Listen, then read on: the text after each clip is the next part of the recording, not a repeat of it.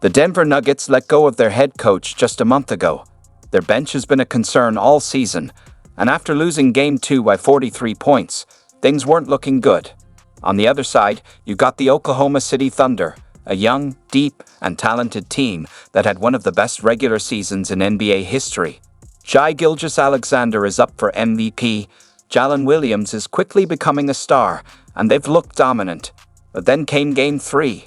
In a tight game that went to overtime, it was Denver, not OKC, that came out on top. Final score, 113-104. The Nuggets outscored the Thunder 11-2 in overtime. Nikola Jokic, he missed all 10 of his three-point shots, and they still managed to win. It wasn't what most people expected, but maybe that's the point. If this is Denver during a tough year, what happens when they really get going? Let's take a closer look at how the Nuggets may have just shifted the direction of this entire series. Oklahoma City wasn't just good this year, they were dominant.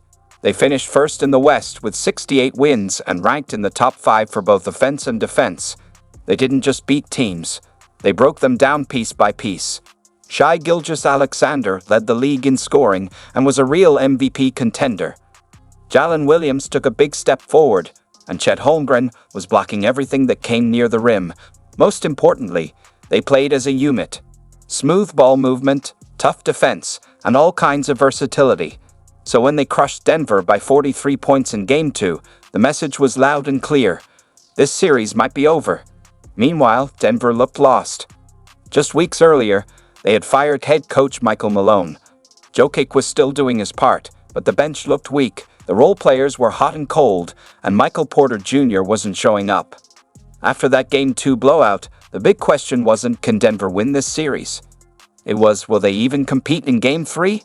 And here's the thing, even in Game 3, Denver never ran away with it. There was no huge scoring run, no moment where they took full control. But they stayed close, fought for every possession, and gave themselves a chance. When it mattered most, Denver stepped up. While Oklahoma City started to crack under the pressure, the Nuggets locked in. They were sharp on defense, grabbed key rebounds, and made the clutch shots that counted. Now, somehow, Denver leads the series 2-1 in the Western Conference semifinals, against a team that many thought would sweep them. No one expected Denver to fold in Game 3, especially not at home after that 43-point loss in Game 2. And when it came, they took over. Denver stayed patient, answering every possession one at a time. Then, with under 30 seconds to go and down by 3, the ball found Aaron Gordon, wide open in the corner. No hesitation. He took the shot and nailed it. That 3 tied the game at 102 and completely shifted the energy. OKC never got their rhythm back after that. In overtime, Denver took over. Jokic started things with a smooth layup. Then Michael Porter Jr., who'd struggled earlier in the series, hit a big 3. Jamal Murray, solid all night, scored again on the break. In just 5 minutes, the Nuggets outscored OKC 11-2. Final score, 113-104. And the crazy part, Jokic didn't even have a great game. This win came from the guys people doubted. Jamal Murray led with 27 points, 8 assists, and 4 steals, clutch when it mattered. Aaron Gordon had 22 points and hit the biggest shot of the night. Michael Porter Jr. added 21 after a rough start in Games 1 and 2. Every time OKC tried to take control, Denver pushed back even harder. Oklahoma City didn't collapse, but they hesitated. Shai Gilgeous-Alexander finished with just 18 points on 7 for 22 shooting. The Thunder missed key shots, blew defensive rotations, and struggled when the game slowed down.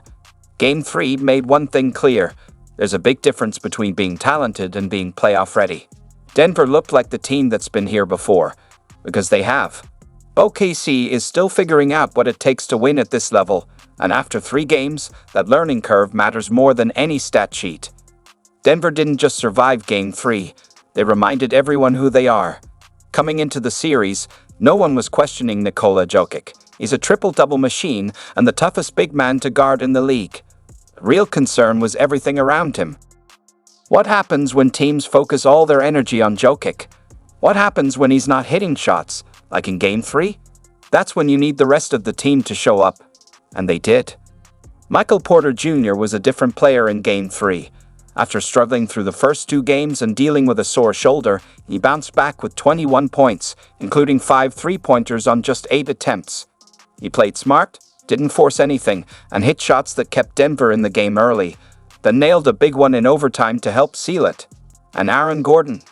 He's known for his defense and athleticism, but in this game, he was even more. He's been Denver's most important piece outside of Jokic, and it showed. Aaron Gordon has been stepping up all postseason. Back in round 1 against the Clippers, he had the game-winning dunk at the buzzer. In Game 1 of this series, he hit the shot that sealed the win. And in Game 3, with the score tied in the final minute and OKC leaving him open, he knocked down the biggest shot of the night. A clutch corner 3 that sent the game into overtime. He finished with 22 points and was active on both ends the entire game. Then there's Jamal Murray. People had concerns about his health after he got hurt late in the regular season, but if Game 3 was any indication, he's more than ready. Murray played like a veteran leader, scoring 27 points, handing out 8 assists, and grabbing 4 steals. More than just scoring, he ran the offense with confidence, controlled the pace, made smart decisions in pick and rolls, and stayed calm while OKC started rushing shots. That's the kind of leadership you only get from someone with real playoff experience.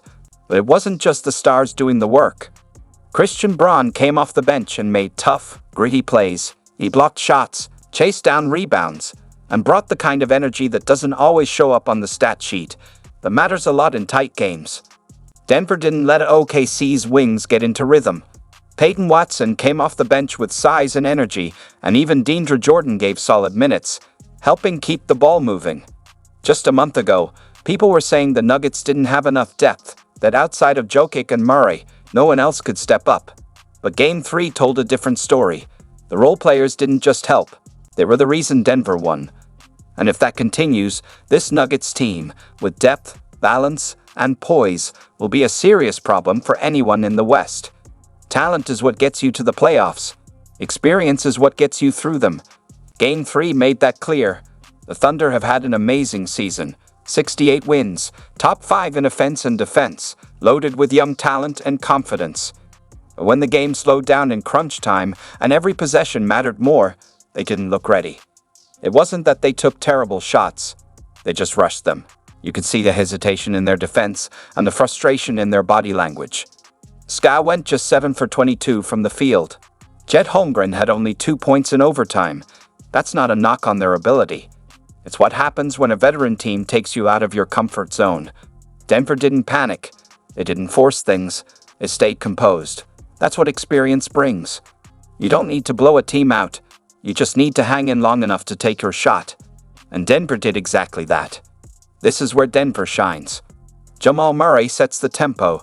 Jokic runs the offense even without scoring much. And guys like Aaron Gordon and Michael Porter Jr. make smart plays, cutting at the right time, closing out on defense, and knocking down big shots. Every move they made had a purpose. That's something OKC hasn't faced yet, a playoff team that doesn't just bring energy, they bring experience and precision. Let's not forget, this Nuggets team is built to win. People doubted them earlier this season. They even let go of their head coach. But right now, they're looking like a team no one wants to face. Because when the pressure rises, they don't panic. They execute. The Thunder are loaded with talent and have a bright future. That's not in question. But Denver has the experience, and right now, that's the difference. That's why they're up 2-1 in the series. The Nuggets didn't just win Game 3. They flipped the whole storyline. It's no longer about who had the better regular season. It's about who has the momentum now. And that's Denver. They didn't win with flash. They won with patience and grit. And that kind of win carries weight, especially as the series heads into Game 4 back in Denver. The Nuggets now have the lead, the edge, and the confidence. They've thrown OKC off their game and reminded everyone, this team is still the defending champ. And here's the thing, Jokic, the best player in the world, hasn't even had his best game yet.